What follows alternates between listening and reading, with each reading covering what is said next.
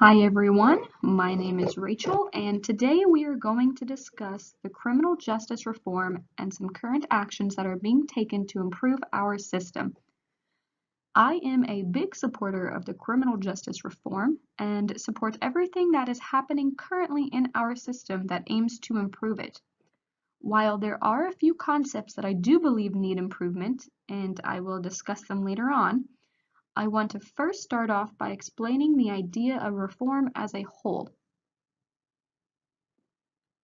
So when I say criminal justice reform, I am referring to these specific goals and aims that we want to fix. The first is prison population. We are incredibly overpopulated and want to try and decrease it. In September 2013, the incarceration rate of the United States was the highest in the world, at 716 per 100,000 of the national population. While the United States represents about 4.4% of the world's population, it houses around 22% of the world's prisoners. We also want to reduce the sentencings, specifically the ones that are too long and too harsh. We want to make sure the sentencing is proportionate to the crime and throughout other cases of similar situation. Our drug sentencing policy tends to support the idea of too long and too harsh of a punishment. We criminalize drug possessions so harsh compared to other crimes. 1 in 5 people incarcerated will be so on drug charges. We won't discuss police reform too much here, as we are going to focus on the convictional end, not the arresting. Policing techniques are always changing, and ideas like community policing or getting to know the area and neighborhood that you're monitoring is the current idea being supported, and I do agree with that strategy. Overcriminalization, again, can fit into drug possession and harsh sentencings. The idea is simply not to punish with imposing unbalanced penalties that have no relation to the gravity of the offense committed or the culpability of the wrongdoer. Lastly is the juvenile justice reform. Again, I won't talk about this too much as it can be implied towards the idea of sentencings. Most juvenile incidents involve drug possession or theft. I will speak a little bit more on them when we get to the mental health portion. Just note that this is also a new concept within the last few years and it aims towards rehabilitation of the youth. So, we are going to begin with the First Step Act. This was recently signed in 2018 by President Donald Trump. The idea of this bill is to reduce recidivism within our federal prisons. And when I say recidivism, I am referring to the likelihood a person has to return to prison. Now, this bill is only for our federal system. It will allow shorter sentences and the ability for early release. Like I said, it is only federal. So the downside to this is it will only apply to 181,000 of the 2.2 million we currently have incarcerated. So what this does is provide some reforms to the Fair Sentencing Act of 2010. Originally, this was set in place to reduce the statutory penalties for crack cocaine offenses. The amended portion will reduce the disparity between the crack and powder cocaine sentences from a ratio of 100 to 1 to 18 to 1, thus giving the chance for resentencing. The bill would take steps to ease mandatory minimum sentences under federal law. It would ease the 3 strikes rule, so people with 3 or more convictions, including for drug offenses, automatically get 25 years instead of life. It would restrict the current practice of stacking gun charges against drug offenders to add possibly decades to prison sentences. These changes would lead to shorter prison sentences in the future. It will also ease mandatory minimum sentences. Now, when I say ease, I am referring to the idea of it taking more to reach these minimums and a lesser punishment.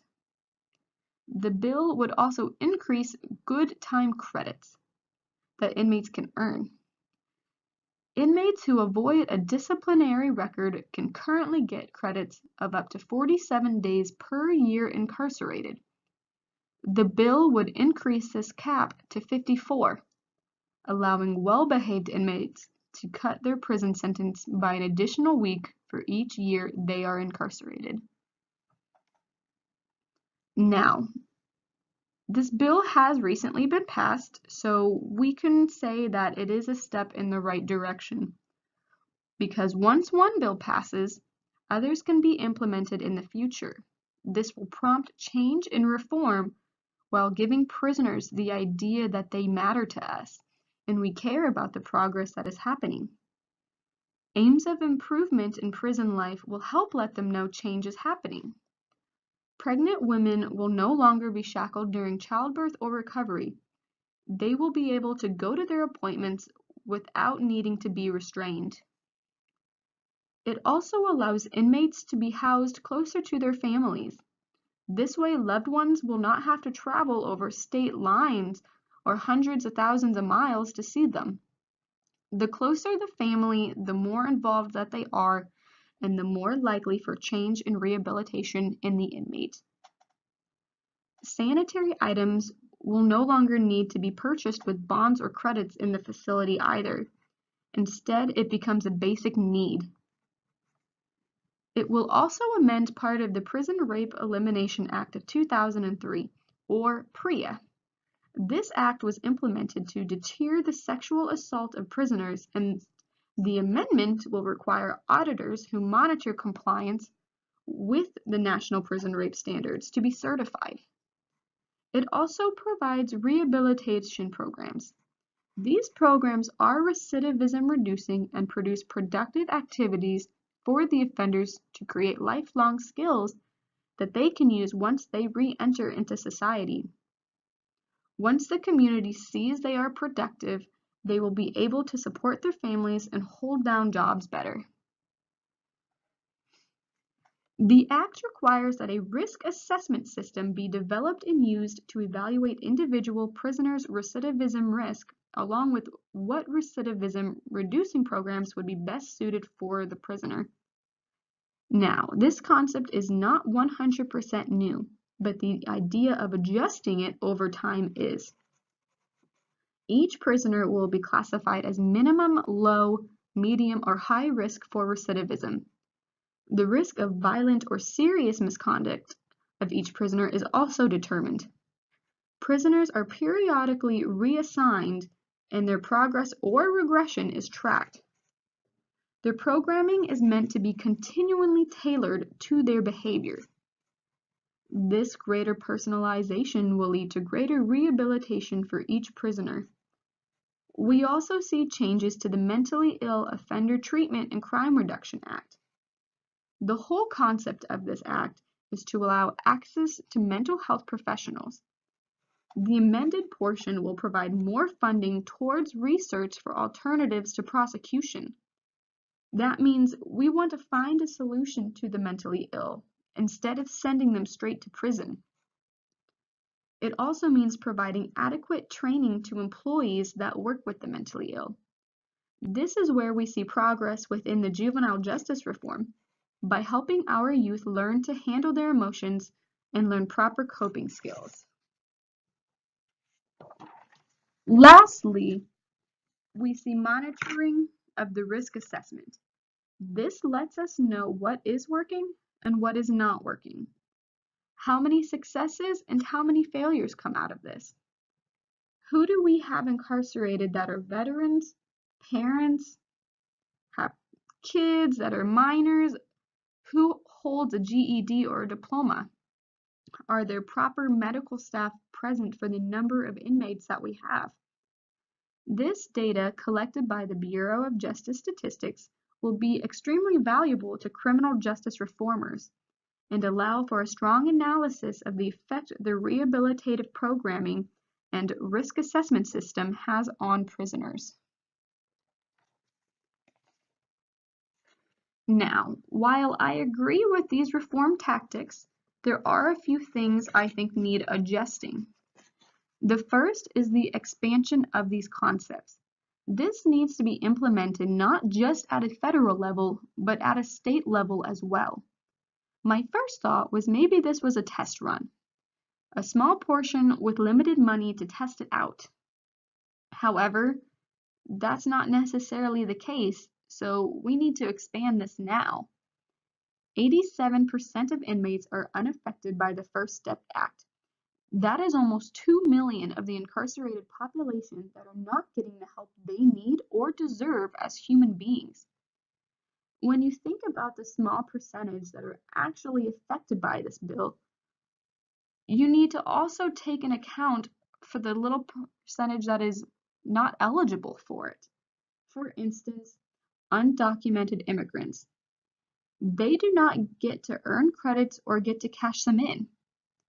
If we are going to house illegal immigrants outside of ICE with our general public, then they should have the same right to earn those good behavior credits and use them. If we are going to deport them, then okay, we can put them under ICE custody.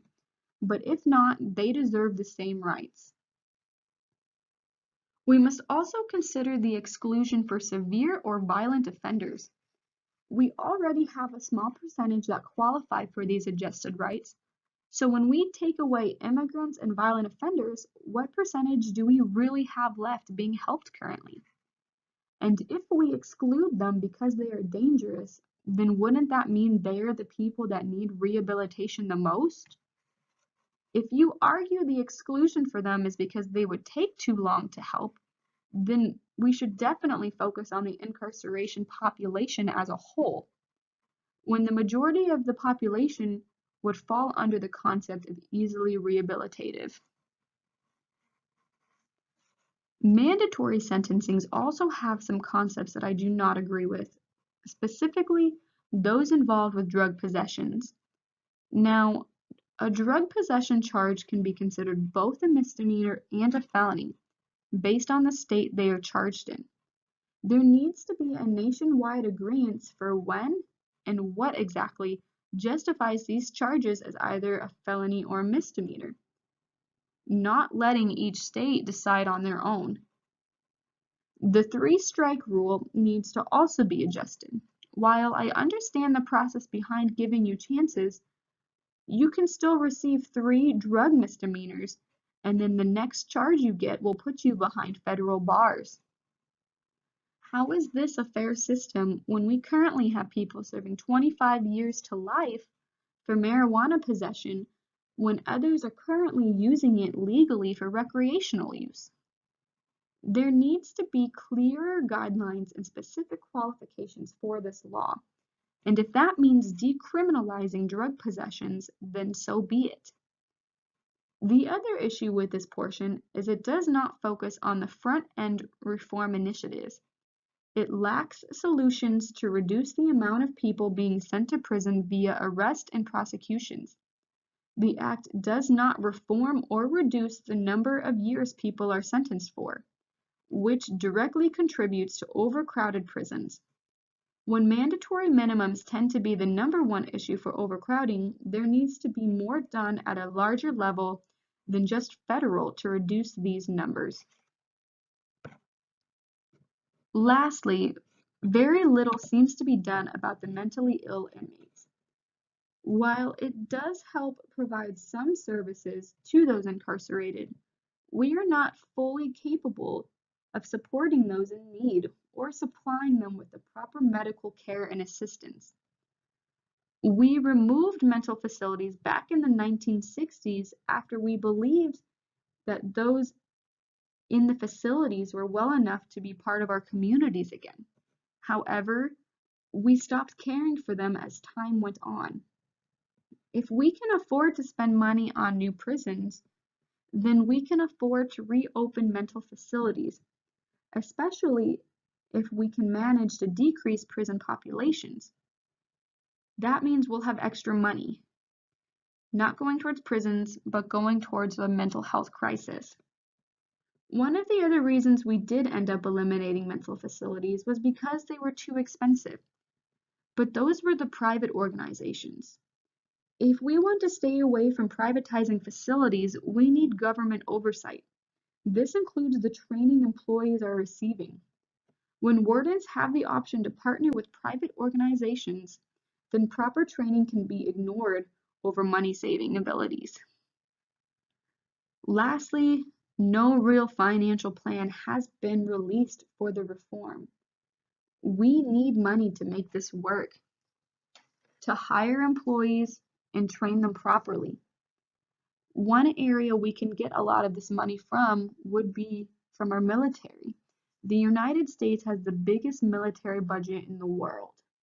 Instead of the militarization of our country, we can use the enormous military budget towards the changes needed for reform. We are currently on the right path towards reform. It will just take some time for us to get there.